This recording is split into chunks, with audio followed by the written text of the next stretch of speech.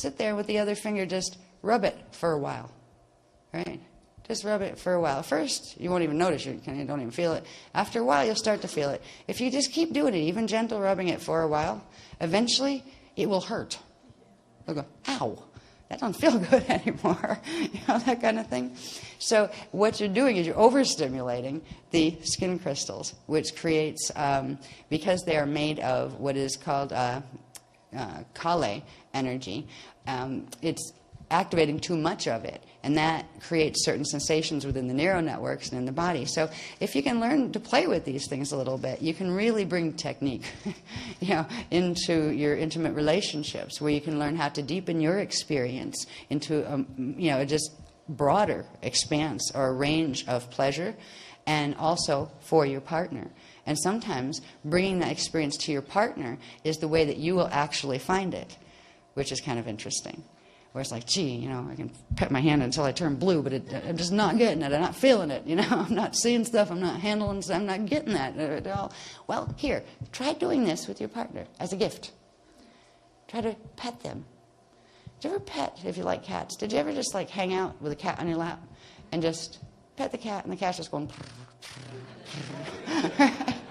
There is something subliminally soothing about that whole process. And I'm sure dogs can do it too, for dog lovers, or even horses, but you'd probably have a cramped lap. Right? But cats are great because they will let you know, don't touch me like that. I want it softer, right? Or here, no, this ear, scratch behind this ear. They're very, very like, they kind of like throw energy around and say, yo, do you mind? Right? Now, often our partners are too, or even ourselves, are too polite to do that. It's like, get over that. We're going to get that over. Yeah, thank you. Right. Oh, that was great. No. We're trained to do this, but both men and women are trained to do that. It's like you can be a guy and have the worst date in the world and just had a really horrible time, and oh, that was great. Was it good for you? And you're both going, yeah. Right? But at least you got there. So it seems like this override of, well, at least if we orgasmed, that means it was a thumbs up one, as opposed to one where, we ended up fighting or nothing worked, we don't. But there's much more to the whole experience of coupling and sharing intimate relationships. And it doesn't matter if you're sharing it just in a one-night stand, if that's what you happen to be into, or if you're sharing it in a 500-year marriage or so, right? In fact, it becomes vital if you want to ever have a 500-year or even a 50-year marriage that still feels like you want to be there, right? Often in marriages, especially long-term ones, people get they get used to roles. They get used to being stuck in certain cycles of the victim-victimizer drama and just cycle through that. And they learn compensation behaviors where they learn to deal with each other. And it's the longer you stay in those relationships, the harder it is to leave them. Leaving them isn't always the option, the right option. Sometimes what it needs is new life brought into it. You need to allow the relationship to rebirth. You need to fall in love again. And it's like you don't just fall in love once, get married forever, and then die together and have, and it was all happily ever after. You need to fall in love repeatedly. We were married, 5 times? I think the last count. We renewed our vows 5 times. Yeah, and they meant something every time, and it meant something more every time. And we do the energy ones, where we, do proper Emerald Order weddings. So you need to be able to renew the relationships. And one of the greatest ways to be able to begin doing this is start looking at each other in a different way. All right? You get stuck at looking at yourself and looking at your life and looking at your partner and looking at your cat and your dog and your kids in certain framework. Oh, they're this or that. Oh, I know what that means. I know what that means. We forget to look at them as who they might have become while we weren't watching. We forget to look at ourselves as who we might have become while we weren't watching. What do you really feel? How long do you actually spend sitting down in any given week, spending time going, what do I really feel? Not what do I think about that. What do I feel? Because feel is where your elemental connection comes directly in. We're so busy half the time. If somebody asks me, how do you feel? I have no idea. Exhausted, That's the first one that comes to mind. There's layers of feeling. If you don't know how you feel, because you've been so busy and so overwhelmed with your life and so many things are more important, that you haven't even given yourself enough time to figure out how you feel, or if something's upsetting you, you kind of like push it over here, and try not to deal with it, you're blocking energy, first of all, in yourself. You're not going to be able to share energy with someone else, your partner or whatever, especially if you get into where your partner and you are irritating each other, because you're both irritated in general, right? Something's bothering you in your personal growth, something's bothering your partner in their personal growth, but neither of you are taking time to look at your personal growth issues as individuals, right? So you're starting to throw energy back and forth at each other and just build static charge, and it can wreck relationships that could otherwise be good. So when we get to the point of sensitizing the body, we need to sensitize our body to ourselves first, and ourselves to our body. And that comes with the emotional body, asking yourself, taking time on a regular basis. Like, this is going to be my time. I don't care who doesn't like it. All right? Excuse me, all of you people that think I have to be somewhere else right now. I'm taking an hour, and I'm going somewhere I'm not even telling you, right? Just so I can be by myself and you won't interrupt me, if you need to do that. If not, just like tell them where you're going so they don't worry. Even if it's like locking yourself in the bathroom, in a nice bath or shower or any place where you can just say, I'm going to be with me now. What do I feel? Those questions like that will come in very handy once you especially learn how to breathe with prana, which is breathing with jewels, activating jewels. Because it will allow you to transmute some of the surface level stuff that gets in the way of being able to answer that question, and allow you to start feeling yourself a little more deeply. You can't expect to feel someone else more deeply if you can't feel yourself deeply. You will have a relationship that has to do with what both of you bring to the relationship. And that means what you've got in yourself is what you've got to give.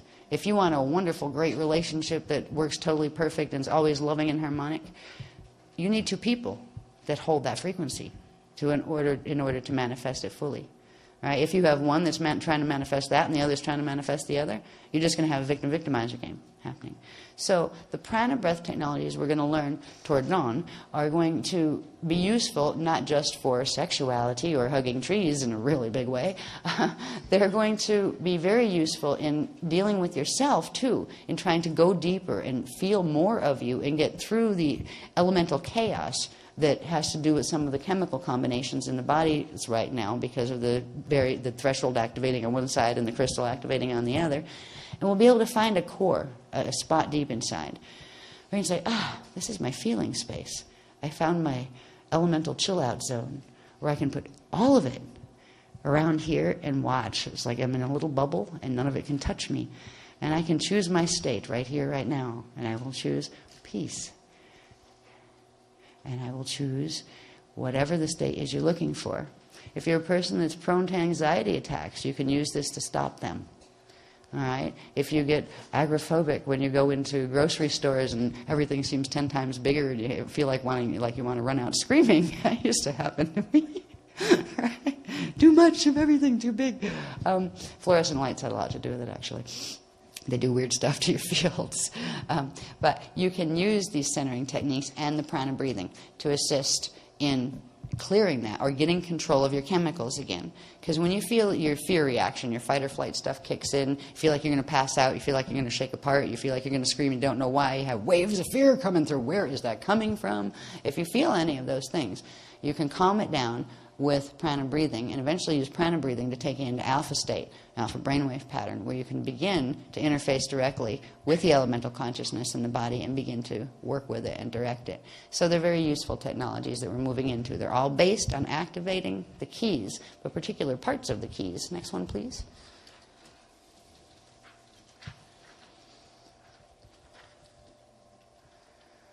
Yeah, that's just illustrating that at the end of one tachyon cycle, 12 harmonic key cycles finish, and all of their keys go through their resolution, and what you'll see in a little bit, which is the ordination. Once they all go through that process together, they go into the tachyon cycle, go into source, all disappears, and that's when you have the replication factors coming in. They call it there's a chart that we're working on that's called the replicant factor chart, and it shows it technically it shows the numbers of how many times what replicates and where, and how many fire letters you end up with how many keys at the end of each one, so you know which layer of which actually carries how much quantum.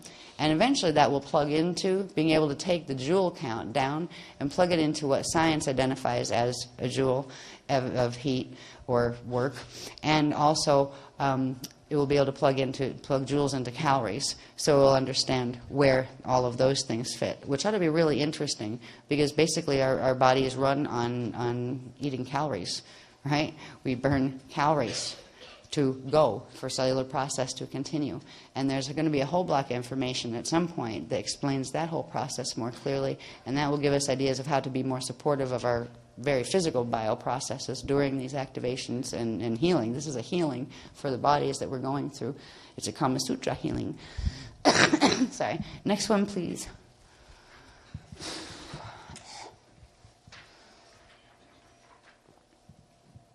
Yes, this is where we left off, where no way we're going to get those charts done this weekend.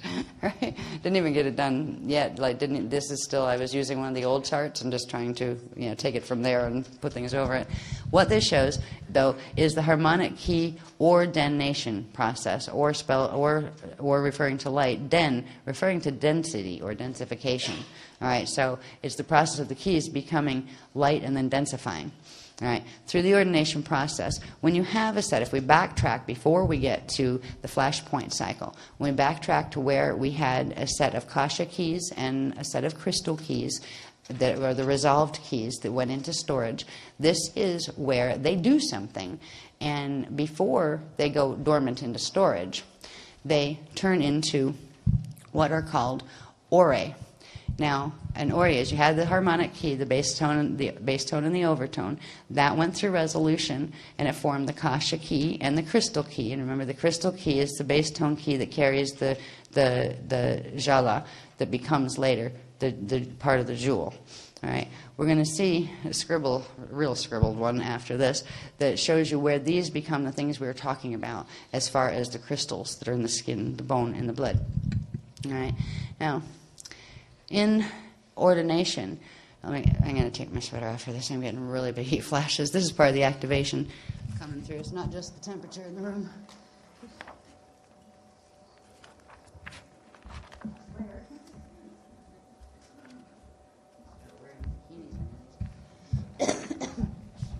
Okay, now, here we go, going into ordination. Let's see if I can remember how to do this. Ordination. The ordination of the keys, of a set of 12 keys, happens when the Adore seventh sparks. All right, remember these keys each have, this has 12 sparks in it. It has 6 bass tone ere sparks and 6 mana, they were manas, mana ka sparks that are bonded together to form 12. So this has 12 sparks. And the kasha key has 6 sparks, 5 points and 1 in the center. Now each of those sparks, because of the configurations of energy and vibration that they have toward the center, because of their relationship to each other, they oscillate, these oscillate and these vibrate to the point where they pull up from the Adore side of creation, which is the other side of the plate disk of creation. They pull up an Adore unit. The Adore unit will match the quantum of the center spark, so it'll be the same quantum but of opposite polarity. So you have a positive center spark in the kasha key that pulls up a negative, and we're dealing with the Ettore side of energy here. So all of these keys right now are called Ettore keys, E-T-O-R-E. Okay, the Ettore keys will draw in a center spark of Adore. So you have the kasha key drawing in, it has positive charge, 6 sparks. It draws in a 7th spark of negative charge, Adore kasha. It's called kasha, which is the ka level from the Adore side, but it has a negative charge, where the ka level on the Ettore side has a positive charge. So you've got the kasha key, which is the mana key that has the kasha in the center. So the kasha is the negative charge, Adore flame in the center. The crystal key pulls in. Now the crystal key has 2 parts. It has its base tone set that are ire, and they have a negative charge, so that part of the crystal key will pull in a bit of positive charged energy from the Adore system. These are in the Ma layer, and it pulls in a bit of the Adore Ma that is on positive charge, and is called the She Ma. So the She Ma is the center of the base tone aspect or ire aspect of the Ettore crystal key. The Jala part of the crystal key on the Ettore side is positive charged because it came from what was originally the positive Manet key when it went through resolution. So it will pull in a bit of negative charge Adore spark from the same field because they're in the Ma field. That is called the Shama. So we have the Shame and the Shama. At some point, you'll see briefly, because the drawings are really rough when we get to the next one, they come together at a certain point, and they form the Shamaun. And that's where we get the words and the conceptuality attached to the word shaman or shaman. Right? Depends on which one you are, or you're the girl or the boy. Right? A shaman basically would have the positive electrical charge, and the shaman would have the negative ire charge, the female charge. All right, so you have shamans and shamans that come together to form the Shamaun. Right? That's a little bit later. So this is where we get those words anyway. This is where we end up with the adoration, which means the Adore sparks are coming through. So it's the adoration of the keys. And when those sparks come through, they cause the others to ignite and go through a change. The keys transform because once they got their sparks, this thing around here indicates the spark that emerges around the Kasha spark that emerges around the mana key. And here you're seeing before they polarize. This is the crystal key when it pulls up its Shame and its Shama.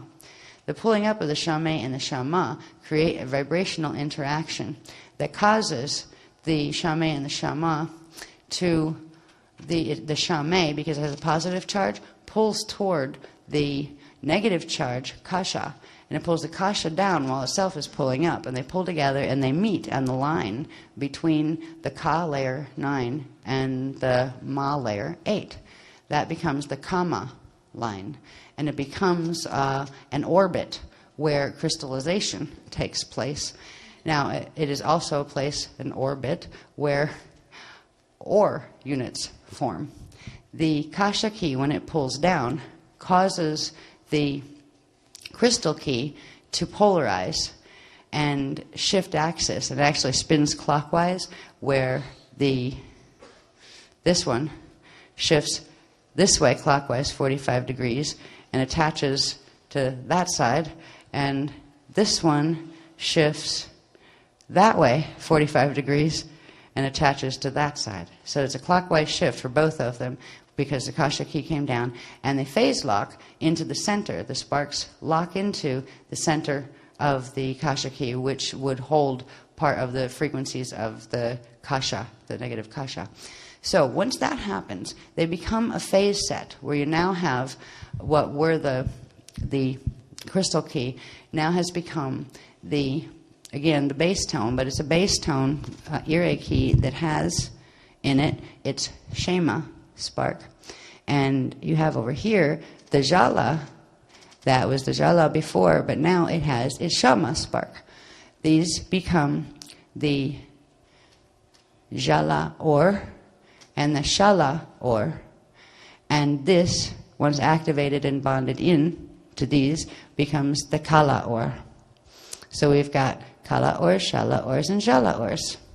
Now, staying on the Kama line, and remember the Kama line would be here. It would be this orbit right here between the Ka and the Ma state. So it's in that layer of the Pardaki, still on the inside of the Pardaki, not in the outer field. All 12 of these would do this at once. This is called, once they become in this configuration, they are called an ore, all right, which is a set of 3 ores. All right.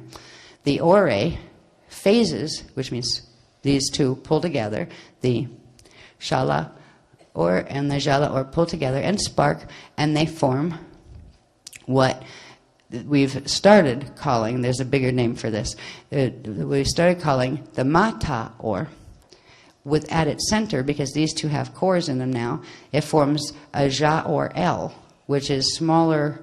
I don't know what the quantum yet is on that. The Ja or L. Anyways, the two sparks here combine, they form, it would be larger than the quantum of the two Sha sparks. It forms Ja or L. Now, they spark, and first, they send a backflow spark up, right? And back into creation point, which where that spark came, where the creation point for these would be the Adore side. So they send a backflow spark to Adore, and then Adore side sends a backflow return spark out of Adore frequency into the Ettore side. Now, the backflow return spark is the Mata Or with at its core a Ja Orel. The Mata Or and Ja Orel, they're called that because they come from the Kama line, and that's where the sparking happens.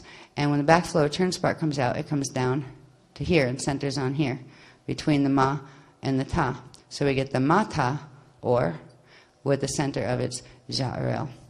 Am I right? Ja or El. Okay. And I don't know what or El means, but there's something to the L's, and I think it means it's a 12th of an or, and an or is a 12th of an I think that's how. These are all measurements of radiation that are used in cosmic physics. All right, next one, please. And I'll show you, I think the next one will show more of what happens next. This is becoming a diagram. This one is becoming a diagram. This one is a step away from that one and becoming a diagram. So no, that's not the one I wanted. Let's see. I had that in the wrong order, honey. Let me see if I have the other one right here. Did I put those yet? Where did I put those? Yeah, a minute. Let me find it. Yeah, I just want to find it. It's a really scribbly one, like with scribbles everywhere. It's not that one. It might be this one. That's the one. Yeah, I'll use that. It's really scribbly. In fact, the only thing important is the stuff up in the corner. Yeah. This is how all of this stuff starts out. It goes in circles. It's in like 6 different notebooks simultaneously. I mean, it's wild the way it comes down. You have to catch the wave when it comes, because once it goes, it's almost impossible to bring it back. So they all start this way. You wonder why it take a while. You know, it's not like they come down in nice little packages and you just like push send. You know, there it is. Yeah. This is where we figure out all the quantums. Everything we've done has its original start and stuff like this. And there's some amazing data in there, because that's where I figure out, like, I get the whole rush of it, where I'll get the quantums and I'll get all that, and sitting there with a calculator and, you know, doing those kind of things. And eventually, we never have time to process all that data into whatever becomes the final published version, so it's always left in the notes in this form. But the important part of this graph that's becoming a graph that will look like what the other graph you just saw was becoming, you know, with the party key, showing the party key up close and showing what the keys are doing. We left off at the ordination of the keys, where they made their mata ors. Now the next thing that happens is called, let me pull this down, it's this corner up here I need to see. Yeah, oh yeah, here we go. All right, there it is. Yeah, just ignore all that stuff. Don't worry about that stuff. Right? Okay. Well, we had the adoration of the keys and the ordination of the keys. Now we've got the distilling of the keys. And if I can talk through this, this will be really good. I understand it, but to put it into words when it looks like this is a little difficult. Okay, you know what would help? If we can put that other one that we just had back up with it on half, so I can see this corner up here, right, of this, but next to, so I can refer back to the bits that are finished on that one. Yeah, if I can see, yeah, if I can get this part of that one and that part of that one next to each other, it will be more coherent. Maybe if you like move that bit that way and that bit that way. Yeah. Yeah, that way. Yeah, kind of like that, because that's exactly what it's the same space, but they'd actually, let's see, where's the comma line here? I believe this is comma. All right, this is the comma line here, and this is the comma line. So if you could line up that line with that line. Yeah. And just pull it back a bit.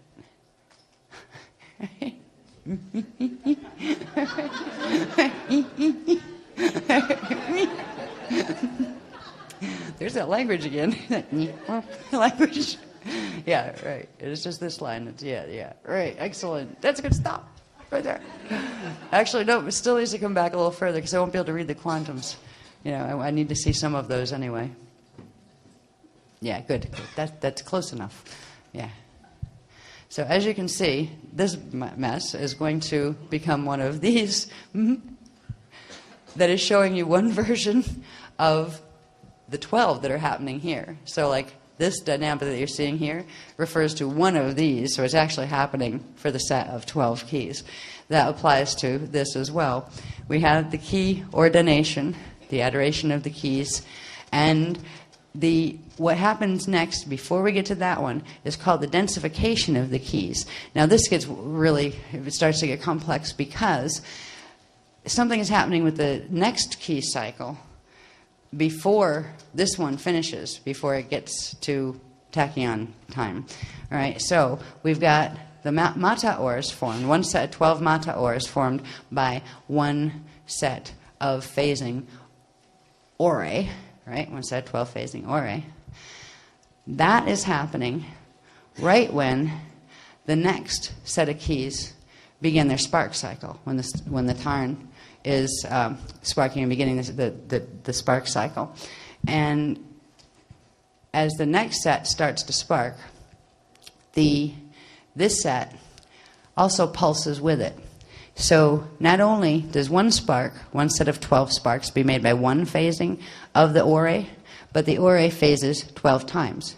So it creates 12 layers of these sparks, of these mata ors with their ja'orels. So you'd have 12 layers of them times 12. All right? Now what happens next is called distillation of the keys. Oh, this ought to be fun. See if I can explain this one. I understand it, but it takes me a long time to go through it step by step in my brain. Let's see if I remembered any of it. Okay, and it is a bit complex. Now, where do we start with distillation of the keys? Okay. Just give me a second. Get oriented. Okay. In distillation of the keys, the ore transmutes. It finishes its 12 pulses with the 12 spark pulses that form the next set of 12 sparks for the next harmonic key set. It finishes the 12 and begins to, it changes form. What happens next is, let's see, usually I have my little 1, 2, 3s. I don't have those yet. It's like it all happens at once. But there is a sequence here. Okay.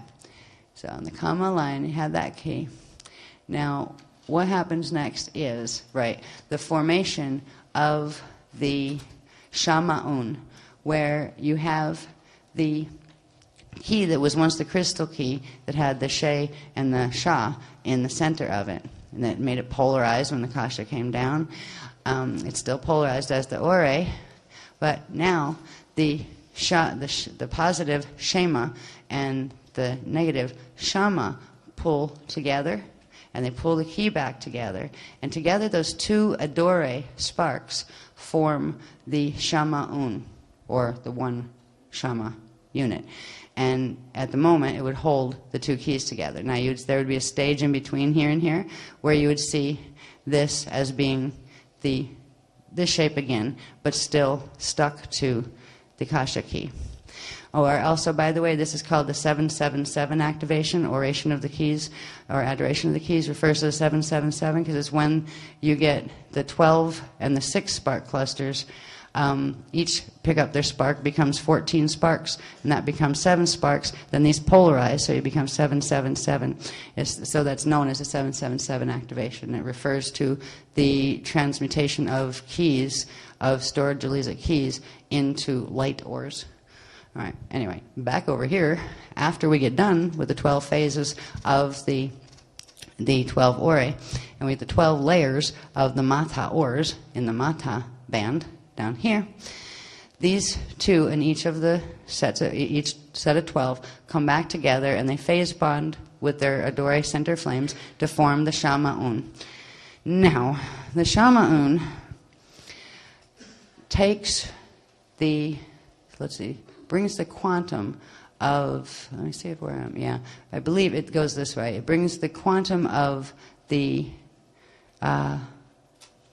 which one? Let's one go. I just hold on a second. I just want to figure out which one went here, because this makes us a transition from what we had as Mata ors and Jala ors into the to the orels. No, what are they called?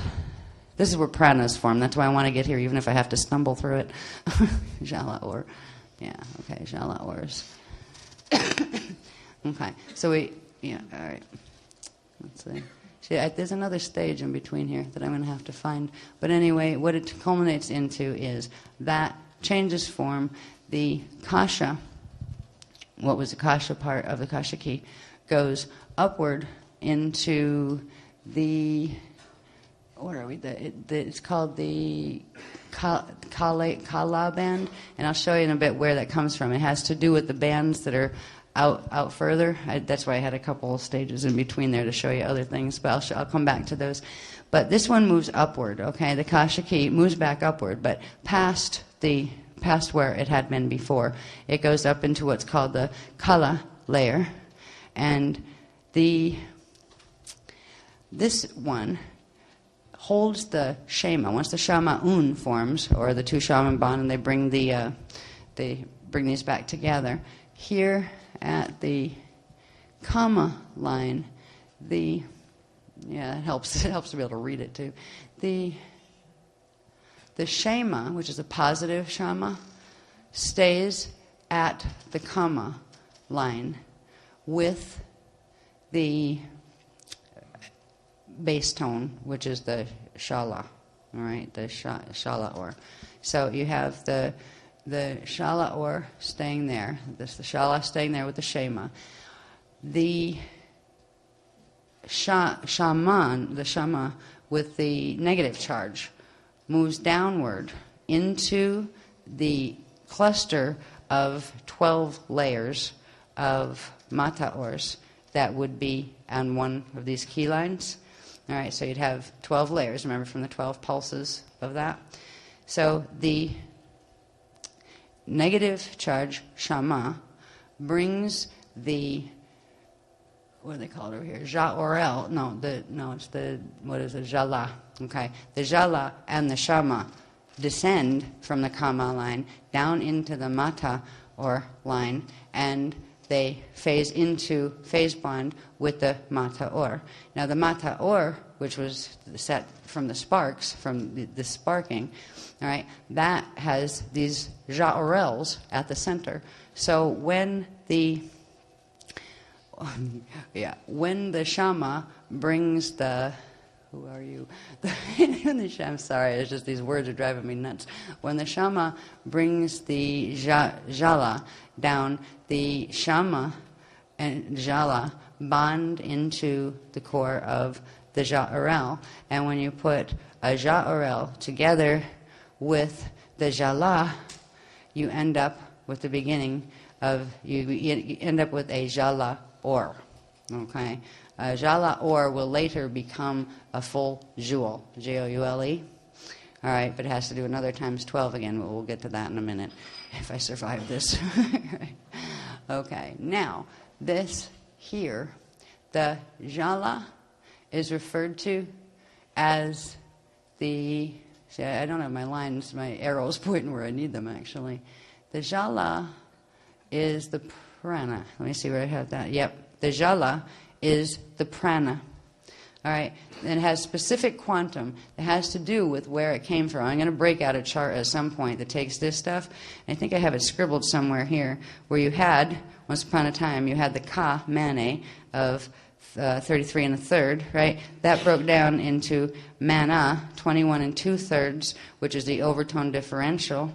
All right, so that's the mana, and the prana is the other thing that came out of that. That's where the prana fits in, right? Way back where we broke the ka mane down from 33 and a third during key resolution. This is where the prana forms, because part of that kasha key becomes the mana of 21 and 2/3 overtone differential, and that's the one that makes the sparks with the kasha key. And then the prana is the other part that starts the jewel thing, where the jala, and it's the overtone equilibrium key of positive 11 and 2/3. So this has been what we're dealing with when we're dealing with this thing we've been referring to as the jala or the jewel or anything built on that. That is the substance that is called prana. And this is where it comes from the breakdown of Mane, 33 and a third quantum base, to mana and prana, the overtone differential and the overtone equilibrium. So that's where that comes from. This is hard to do these graphs when they look this bad, just so you know. You wonder why it takes me forever to do translations. It's really hard to translate this into something that anybody can read. Anyway, we're back here at key distillation. At key distillation, we end up with the 12 layers of the mata ore and its ja or L bonding with the, what was that called? Not the shala, the other one. The jala, bonding with the jala and forming the jala or center, the prana center. This is the part of the mata or that will become the jewel after it goes through another set of stages.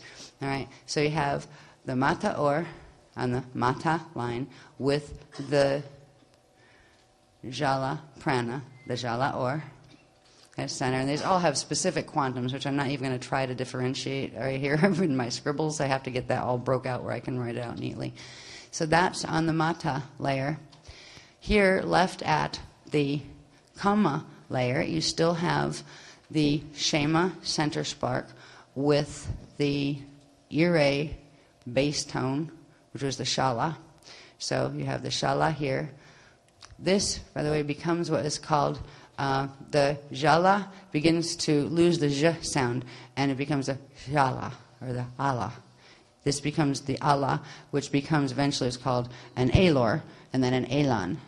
Okay, this is where we get shalans, elans, and kalans. Right, and this is what I want to get you to this evening to understand when we're talking about those bits and the shields that are attached to them, what we're talking about. So on the mata or level, we have the jala or ala or. And on the the kama level, we have the shala and the shema, which is the shala or.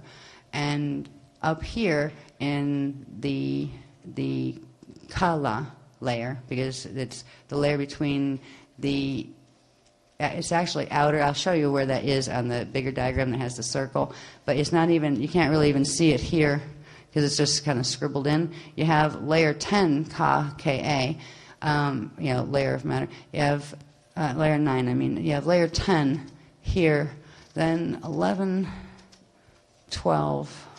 Layer 12 is Ka, Kha, La, Lha, and level 13 is Ka, Kha. This is the band, the Ka, La band, way out here, that used to be the kasha key, moves up to when the key distills. So this rises to the surface.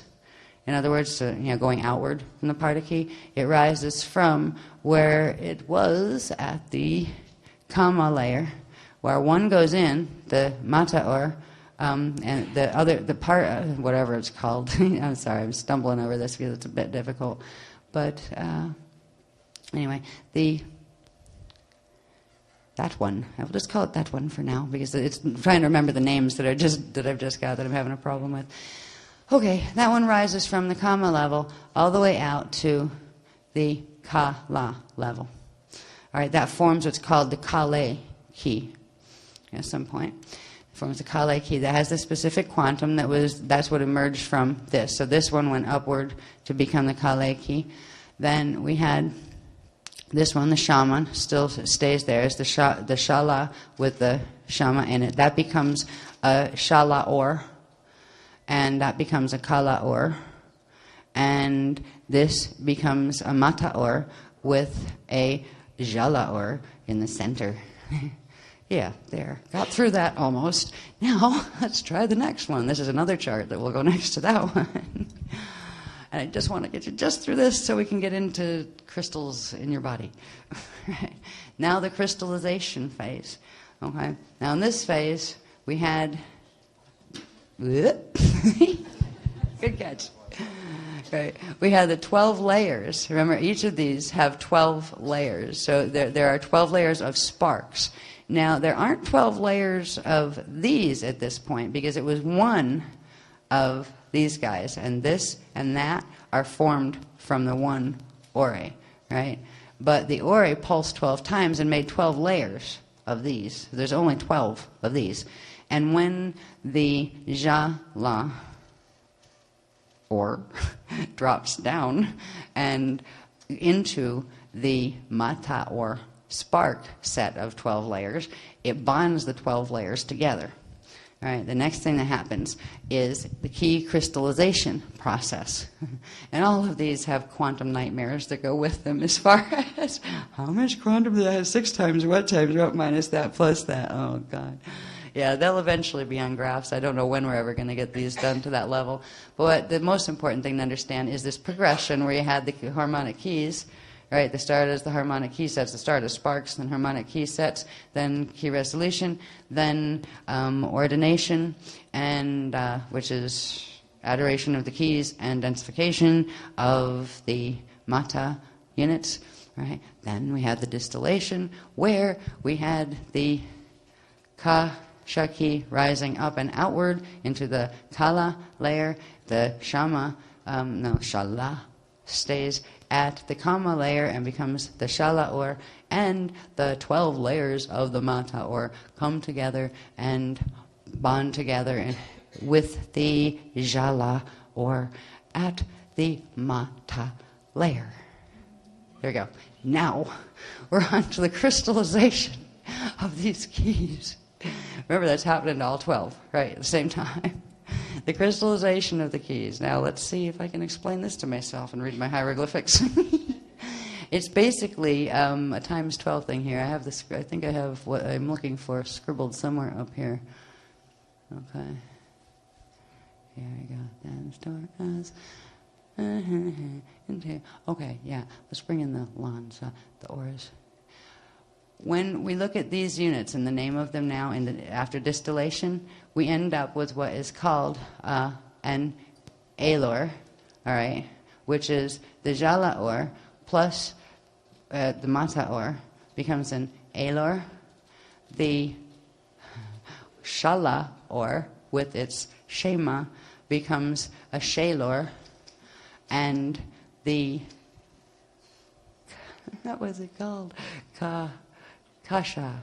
The kasha that has its kasha in the center with the negative charge, adore, and has its ettore, 6 ka sparks of mane, that also, I forgot to tell you this, pulls in an equal another spark, and it becomes an 8 spark set. It pulls in the shama pulls in from adore, pulls in another positive spark of ettore, and it changes the quantum. But this becomes the kala, or so you have the kalor. The kalor, the shalor, and the alor.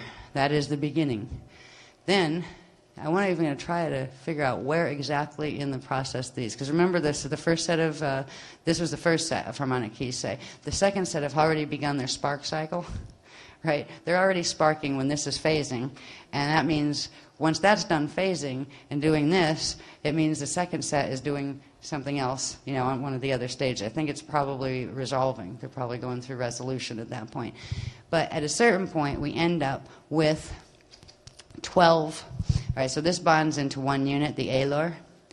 And I have to trace how many cycles it takes. It's probably at the end. I think it's the end of the 12th harmonic cycle, harmonic key cycle, before the full tachyon cycle. This is where you have these 3 units. Now you have that whole thing done 12 times. All right, so you have 12, you had 12 layers of these, 12 layers of these that used to be 12 layers, but now they're one layer once they got bonded from the one that came down, from the jal that came down. So now these are all one, at key distillation, one unit, as far as one layer, right? But then you have the process going through 12 harmonic key cycles, at the end of which you'll end up with 12 alors,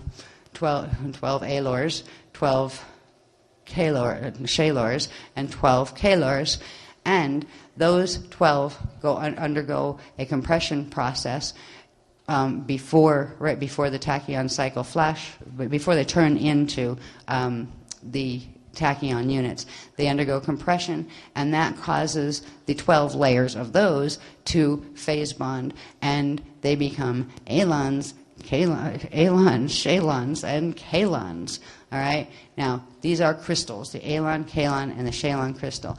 They have a specific name once they crystallize. You have the Kale Siur kalon crystal. All right, it's the Kale Siur.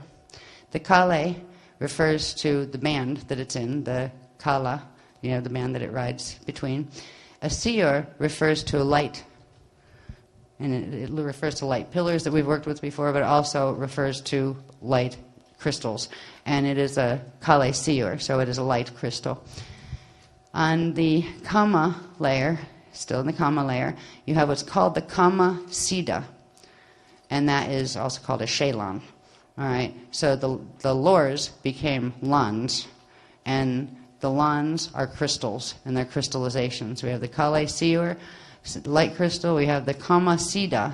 Siddhas refer to sound crystals. A sound crystal has a negative charge on the outside and holds its movement inside. So it vibrates inside.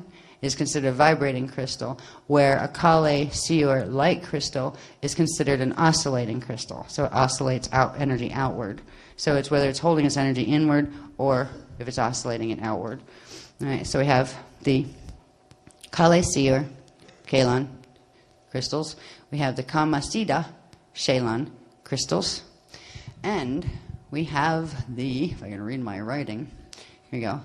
What was the Mata Or times 12 became a Mata and what was the what do they call it? Jala Or times 12 became the Jewel. When you put the Mata Or and the Jewel together, it creates what is called the Sutta, the Mata Sutta, the Masuta, M-A-S-U-T-A, the Masuta. This is where we begin to get into the understanding of what Kama Sutaras and things refer to. Okay? So I wanted you to see that progression. So once we get into talking about the crystals and about these words, where these words came from in the first place, they came from the Emerald Covenant text. That's where the Sanskrit writings were translated from. So it was parts of the Mahabharata of the Sanskrit teachings were also from there. So anyway, this is where we end up with kalons, shalons, and alons. Alons are basically the matter crystals, and when it comes down to understanding where these Jaleesic layers are that form the matter of our body, the Masuta, or they might call them the Mata Sutta. Yeah, Masuta, I think they are. Masuta crystals.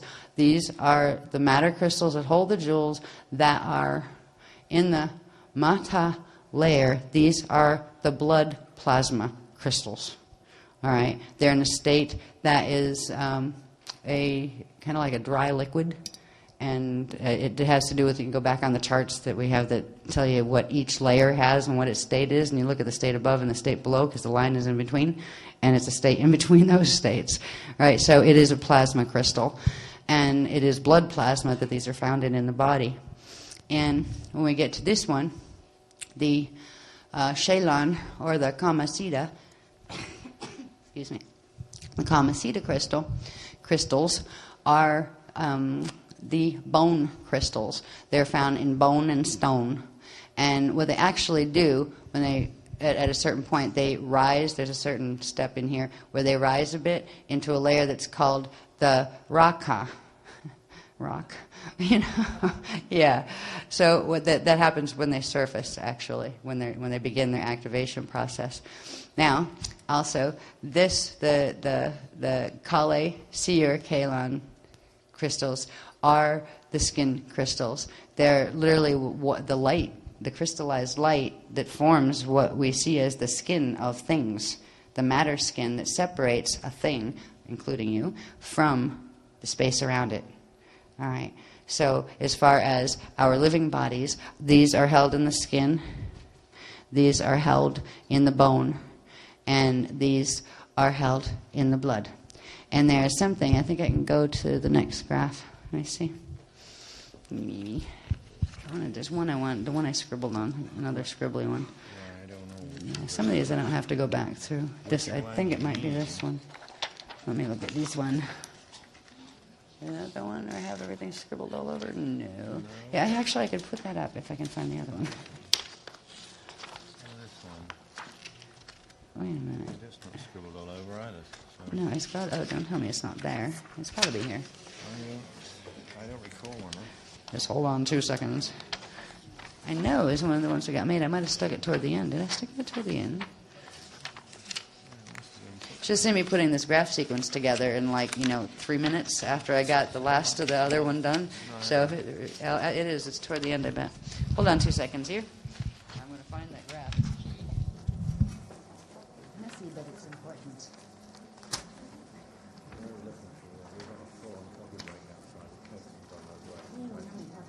Okay. Before we go for our coffee break, I found it. I'll show them a little bit, and then I can go to the coffee break. I could use something to drink because I'm getting hoarse. This is the one. Right. There, except now, yeah, there'll be a good time for a break too, because then I can just see what I messed up and put it back in order. You know, there's never even any time to number these at this point when we put these sequences together. I travel with my picket pack as far as the Mylars go, and I just, arrange them in whatever order they need to go around the new stuff in order to, show context. So we don't even have time to number them anymore. We don't even have time to finish them anymore, as you can see. But this is what we just talked about, where the bone crystals are the bone crystals, the blood crystals, and the skin crystals. When you look at them in terms of the Pardiki, is also you could look at them in terms of your core Pardiki and your own fields that are emerging outward from the Taran light unit in your center. Also, there's a configuration of them that go with the Shari Edonic seed atom, right? But what's neat about these is there's an interaction that takes place, and this is an interaction that in the ancient times some knew about. You couldn't do it very well because of the planetary grid mess-ups, but there's a process of, under certain conditions, when you bring two bodies together, but you can do it without bringing two bodies together too, but you could reach a state where you could return to source together during sexual engagement by using very specific breathing techniques, shared breathing techniques, in order to activate these. It would, in a natural Christic system, it's fine to activate them, with or without a partner, to be able to travel, to be able to manifest and demanifest at will. And boy, it's a lot cheaper. You don't have to buy houses and stuff, because if you don't want to use the body right now, you just demanifest it. Yeah, really, really useful. But what the whole concept of the Kama Sutra texts were drawn from the larger text that understood this, that understood what it meant to be an ascension master. I hate that word, ascended master. I'm an ascended master. Whatever. Right. Right. Let's say an ascension master. All right. One who has mastered some of the arts of ascension anyway. Right. They knew that you could use your breathing and use your own body in a way to stimulate activation of these all on your own, or you could share the ultimate experience of love with a beloved partner by sharing it through sexual energies with the breathing and using the right things together, because you could both go home together to source and experience not only yourself going home to God and feeling just that it's an unspeakable experience, actually. You can't even translate. You can try to talk around it, But you just can't even put words on the ecstasy that feeling is. When you, I mean, it's just total love with everything in creation, because you feel everything in creation, and it's just an amazing, I forget the words, you can't even touch words, you can't touch that state. But you can not only take yourself there by Kama Sutra activations, you could take your beloved with you. There were even families who got out of planets that were in danger who could still run these things because of certain codes they had, that they could take their family with them, right? Simply by linking fields without even having to touch private parts. Yeah.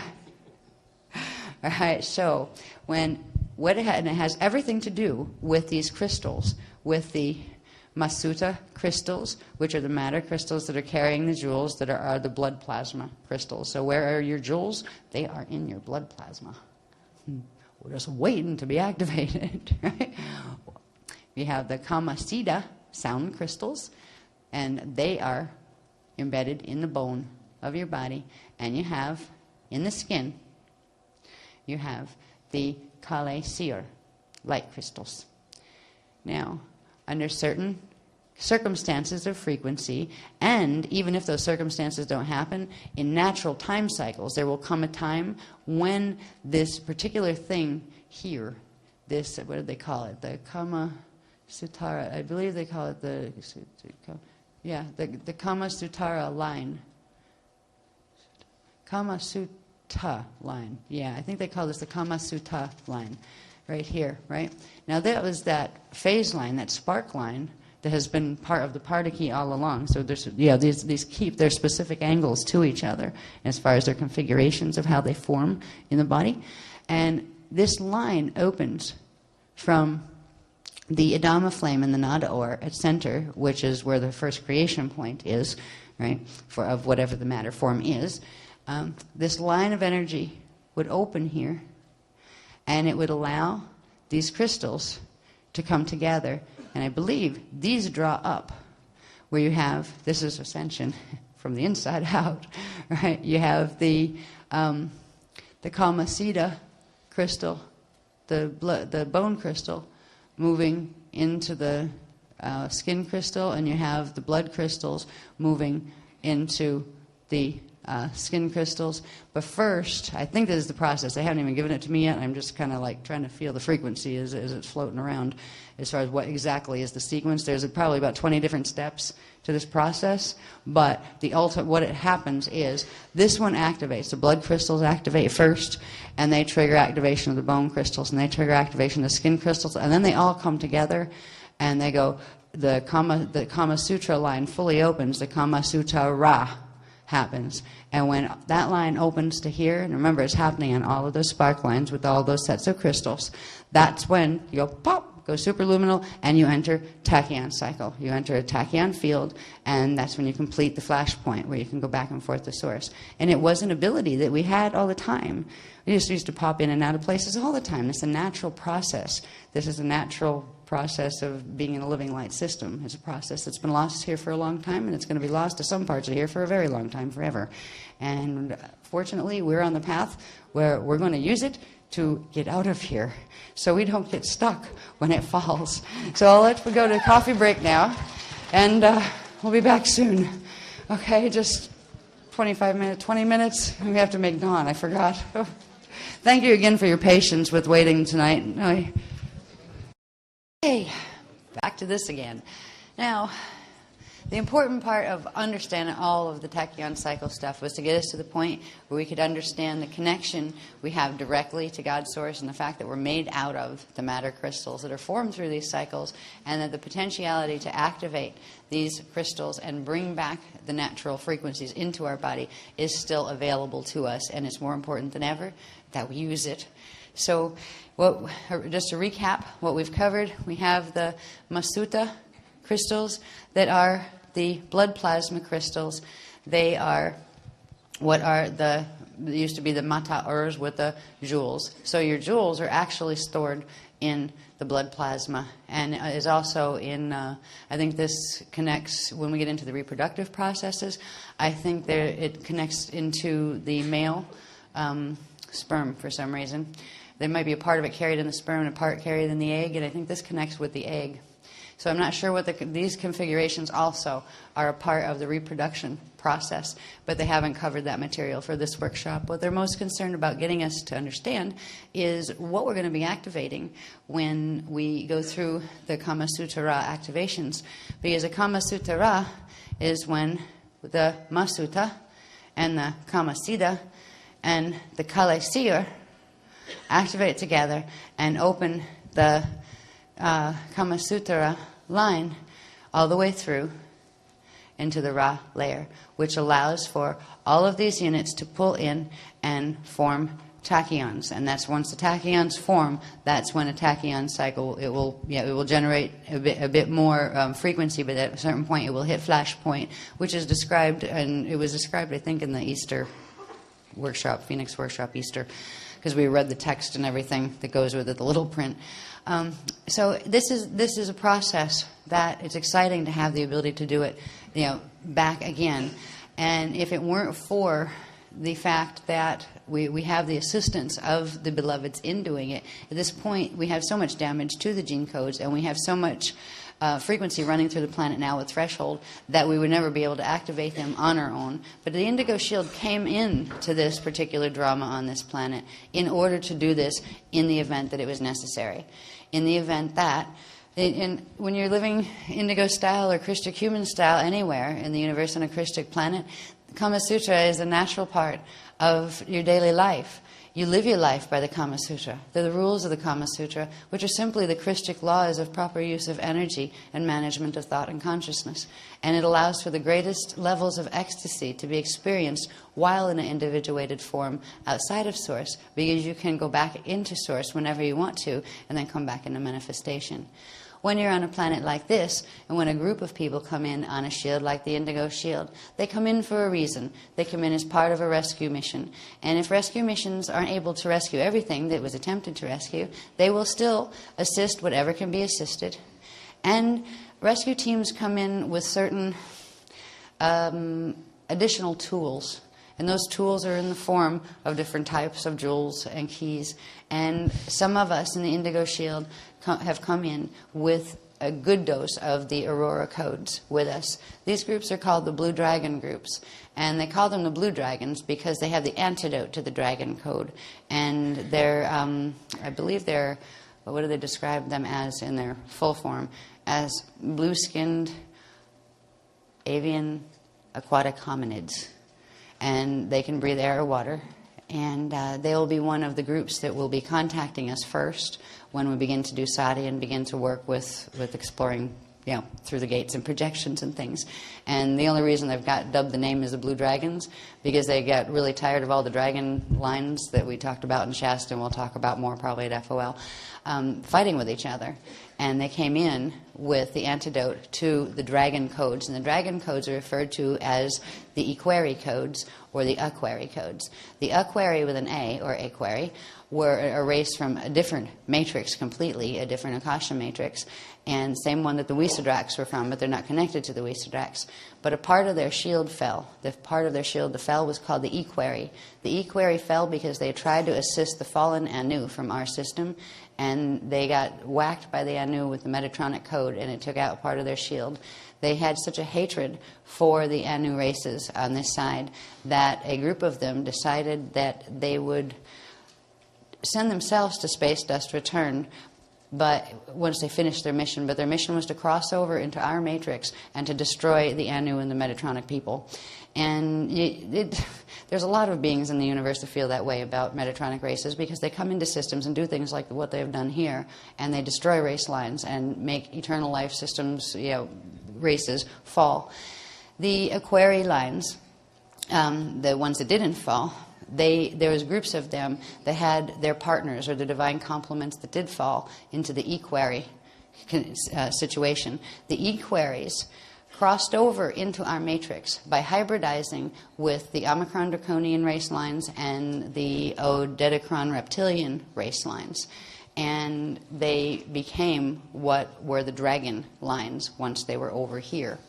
There's an antidote to those codes which allow a separation between the Omicron and Odedicron reptilian and dragon moth is what the Omicron is, consciousness from here that allows the consciousness to separate, and the equerry can come back. And once the equerry can be separated from the Omicron bond, then if it can get the codes that it doesn't have anymore, that it used to have, that will allow it to activate the aurora crystals, it will be able to, the equerry will be able to get back and ride Crystal Spiral out so they can go back home too.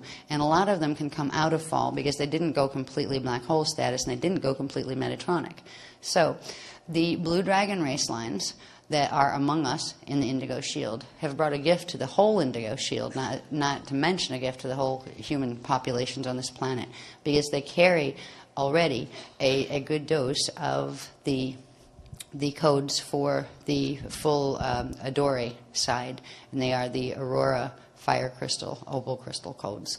And because of them, the Indigo Shield will be able to anchor the activation that's coming in tonight from the Beloveds. It is actually going to activate through those people in the Indigo Shield who carry the Blue Dragon codes. They're going to be the ones that will be running the frequency that allows the codes to come into the shield that everybody can then pick them up from if they want to. The codes that are carried by the Blue Dragons are the ones that will allow a link to be made to the natural coding flows that come from the Adore side. So it will. The Blue Dragons don't have the whole set to give to the Indigo Shield, but they have the linking sequence that will allow the rest of the codes to be given from the Adore side. So we are able to activate not only the slower key cycles, but we can actually move ourselves into rapid states of the Kama Sutra activations by having the extra dose of the Adore side codes. It's like getting your bass tone cycle done before you finished your overtone cycle done. It's to give us a bit of a time leap, because if we don't have that time leap, we're going to run into problems starting with tonight and running through. They said it was going to run through Monday, the linking of the threshold sextant axis into the natural crystal spiral that has been running through the Indigo Shield. Indigo Shield is the only thing that's running crystal spiral on this planet at this point. Earth's stargates can't, and Earth's seed atom has been reversed. So it is no longer, its tarn is no longer pulsing, it is harnessed. So this activation would be particularly aimed at the Indigo Shield, with the codes that we're going to be given tonight, which are going to be linked through the Blue Dragons in the room. And by the way, the particular group that are known as the Blue Dragons, they are all female, just so you know. All right? Yeah, that doesn't mean there aren't guys that are associated with Blue Dragons, and that doesn't mean that that particular race line of Aquari, because they are Aquari still with an A, that is what their actual name is, but they're a particular troop of Aquari that are female. They are the ones whose partners either went into the original fall and they came back to bring them out, or whose partners made deals with them where they said, we're going to go in and we're going to solve this. And the partners allowed themselves, the males allowed themselves to ride in, with the fall, but not go completely black hole status. So they could meet up once they got over here, where the girls would carry the key back, and the guys would carry something to I don't know what the guys carry. They didn't tell me yet, actually. But they carry a set of Aquari codes that activate something that gives this crystal spiral a lot of hope here, okay? This has to do with Peru, doesn't it? Machu Picchu, I know it does. Right, okay. This is, what did they call it? The gyro what? Gyrodome. Yeah. We got this little scribble thing that came down last night really fast out of nowhere. It had like a completely different line that was coming from one of the councils that I had online, because sometimes there's like 6 different ones of the Christian councils working with different parts of the data. And they said, the Peru trip's important. We've got the okay. We're going to activate the gyrodome. What is a gyrodome? Right? And they said, we're not going to try to explain that right now because it will take like 4 years. But they said you could compare it to the Christic answer, the Christ answer to the beast. And it does something. Right. It's something that the Aquari races and the Aurora races from Eartha put in here. It's connected to certain locations And it's one of the key sites we need to activate is, again, Machu Picchu in Peru. And there's a series of things that are connected to it. We'll learn more about what the gyrodome is. But the Aquari races are very much with us. And some of you among us now are Blue Dragon ladies. And other ones are... It's chuckling.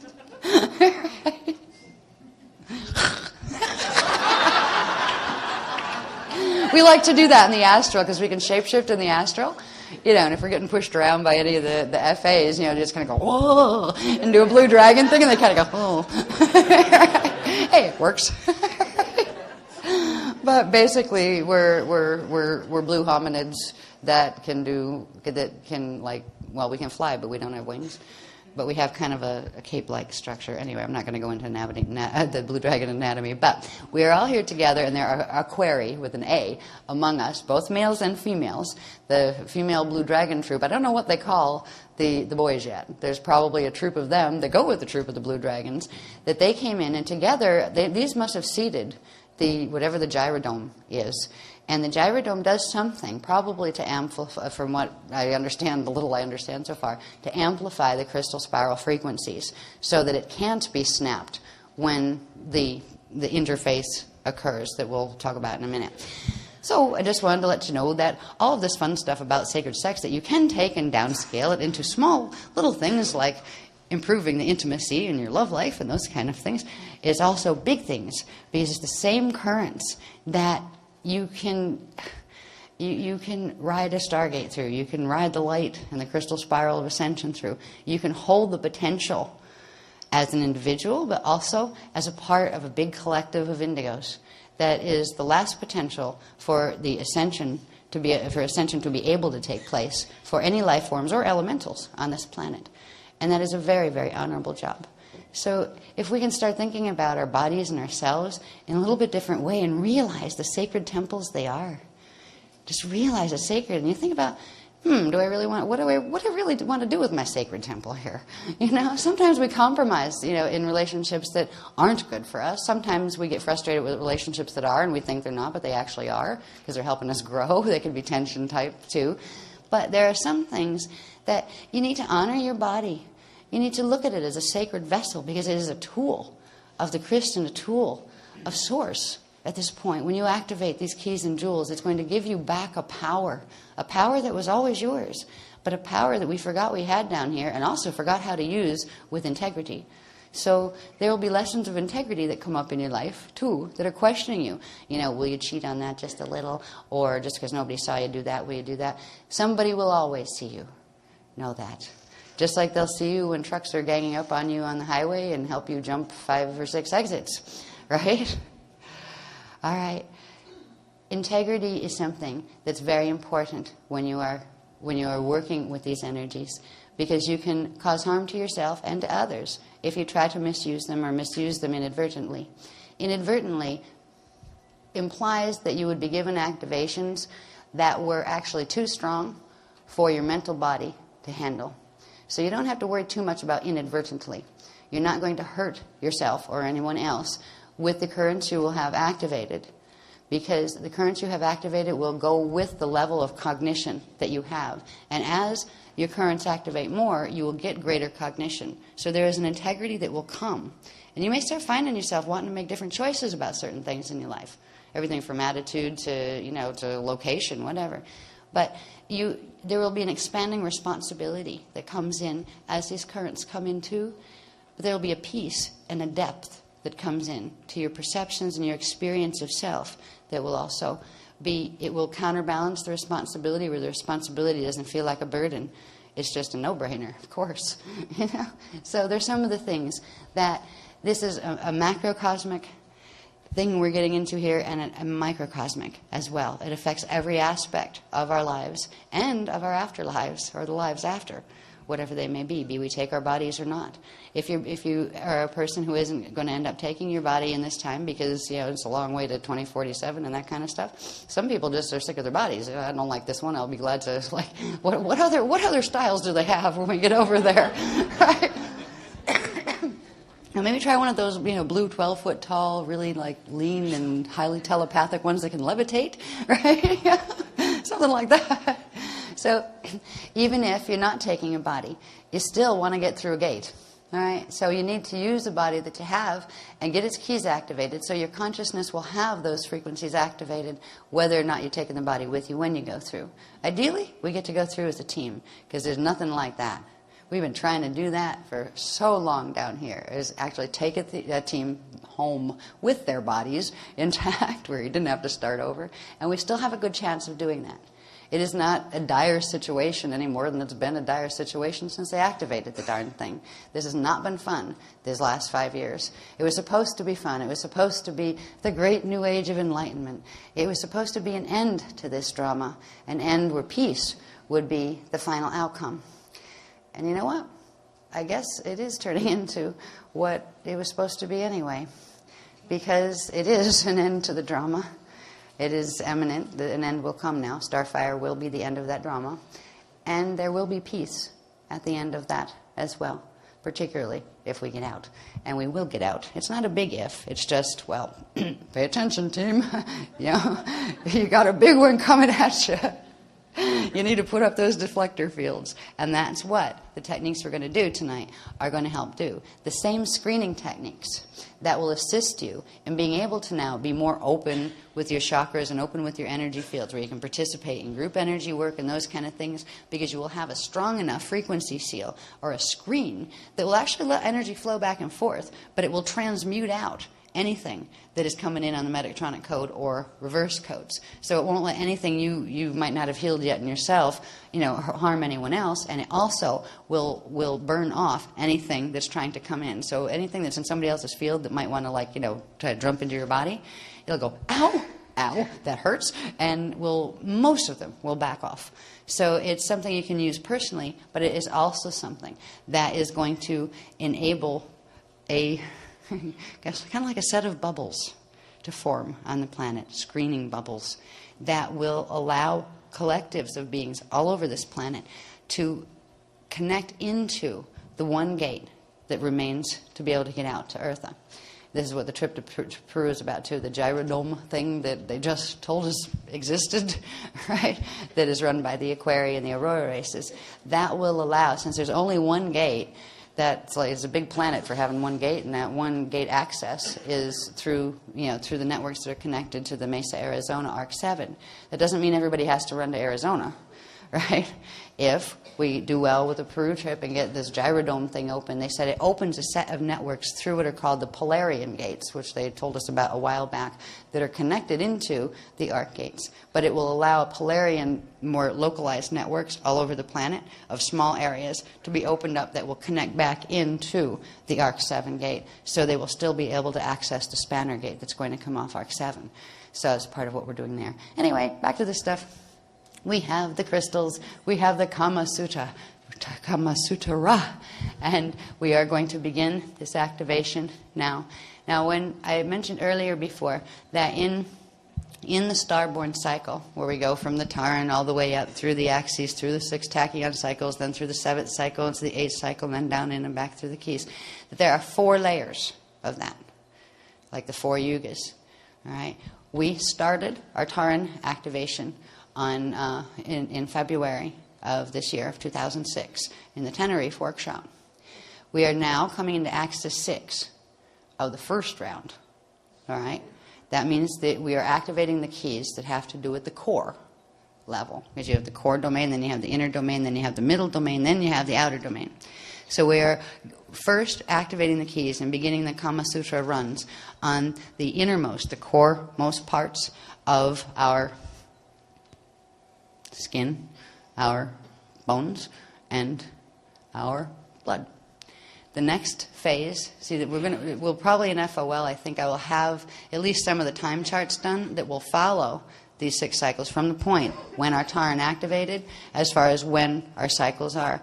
We will run into these bursts from the beast machine, the threshold, 4 different times in the next few years as we go through these 4 cycles. It's once we complete the 4th cycle, we will have all the keys that will allow us to take even the most outer layers of ourself our outside skin with us, which means you will, get the potential to take the whole body. In that process, we will be doing the 12 tribes classes, and we will be doing some other things too that they haven't told us about for people that aren't doing 12 tribes, that will prepare our consciousness for what it will mean to have a body that may be capable of going through a spanner gate. You have to get your mind through first. So we'll be being taught how to do projection in smaller groups and those kind of things. But it all comes down to the activating of these crystals. So we're going to be doing the core layers of the Kama Sutra activation tonight, and that will correspond with the Axis 6 birth of the Adon 144 Divine Blueprint in the first of the 4 personal yugas, and also there's big yugas and small yugas, and I think they have different names. So I won't try to plug it in too tightly to the cosmic clock yet, because there's a whole set. They got about 20 graphs half started that are showing different aspects of how that all works together, but it does. And it's all about key activation. Okay, next one, please. Blood, bone, and skin. That's just to remind us, that's the real quick run through the tachyon cycle from the Tarn pulsing through the spark formation, through the harmonic key formation, through key resolution, should be there somewhere.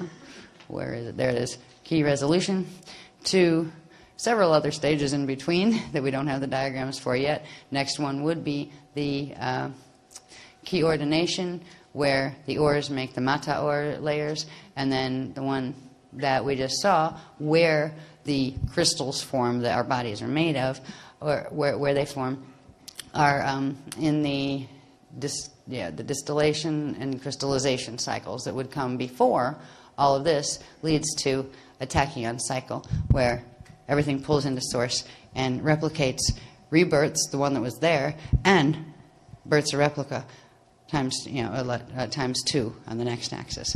So anyway, it's only times 2 until we get to, I think, axis 5, then it goes into times 3, then times 12, then times 12. But that's the tachyon cycle in a nutshell. Another one, please. Just a little tired. I saw Dawn this morning, too. All right. This is just to remind us of, these charts are actually going to be turned into the elemental command charts, where they're going to show you that you have the 12 elementals, and each group of elementals has a group of 12 elements. So it would be the chart of the 144 natural elements and the elementals. And there's a lot more to that as well. But at least we got an understanding now of how those crystal keys, once they crystallize, once a tachyon cycle flashpoint happens and everything is drawn into source and replicated, when the replicas come out, the one is the rebirth of the new, or the birth of the new cluster. The second one, the other thing that comes out at the same time, is the rebirth of the one that was before, and all of the keys, or the crystals, actually condense and compact into a set of core crystals, that are the aurora fire crystals, that carry the same coding. They carry the core elemental codes, and they carry them in the core in this configuration. There's actually, I think, 2 or 3 layers. I have to get those diagrams done too. But there's 2 or 3 layers of this Ruche configuration in the full seed core. There's probably 3, of course. Yeah, right. Just, he says, you think there might be 3? I said, yeah, I think there might be 3, huh? Yeah, right. One for whatever, the skin crystals, one for the bone crystals, and one for the blood crystals. The alons, the shalons, and the kalons, right? Okay. Yeah, so I'm learning as we go as well. So there are 3 levels of these that hold our own elemental command in our bodies, but every matter form and every universe and every star system and every star and every planet has at its core a set of these. In our personal bodies, we have the ones that connect to the Edon middle domains are the ones that are down here. So in our central vertical current, in the little tiny, tiny vertical current that's coming up, there's actually 3 levels of these fire crystals. We all have certain ones that hold certain codes, but don't have the full set. Because as you'll see, there's lots and lots of fire letters that are like way over the strand count of what one body down here could hold. So just so we know that this Ruche configuration is the one on the Ruche necklaces. I don't have mine on right now, but on those, it's the divine blueprint, but it is much more than just the template for matter. It is literally the crystallized frequency crystals. They're gel crystals of consciousness that hold the consciousness fields, of which the atoms and the subatomic particles and the particle waves that form the subatomic particles, that form the atoms, that form the molecules, all of which are stages of the elemental command. That is the configuration that those keys that you saw on a 12-axis in their formation, where it was like a clock with 12 different rays, that condenses and then pops back out again in these configurations, but this times 3, in the core of the unit that just did its flashpoint and rebirthed. So in the rebirthed unit, you get these crystals crystallized, and they would be the opalized aurora crystals. They would have the aurora coating as well as the Ettore coating. Because when you finish a cycle, you get, in that flashpoint, you have to go through both Ettore and Adore. It's like a chamber where they both meet. So you pick up the codes of the other side as you go through, as long as you have the parts that correspond to them in your template here. Right now, we have to get a download from that side in order to anchor those codes, because we don't have our linking codes anymore except for the Blue Dragon groups. And I think this is the girls. This is the girls' present to the universe. They said the Blue Dragon girls are the ones who carry the linking codes that will allow these frequencies to come in. I wonder if they're quite electrical, and they needed the magnetics of the girl bodies to run them through. I wonder if that's what they're doing. It might be. There's other things the boys have to give to the Indigo Shield and to the universe. And they haven't told me about that yet. They'll probably tell you about that because you're a boy. I don't know.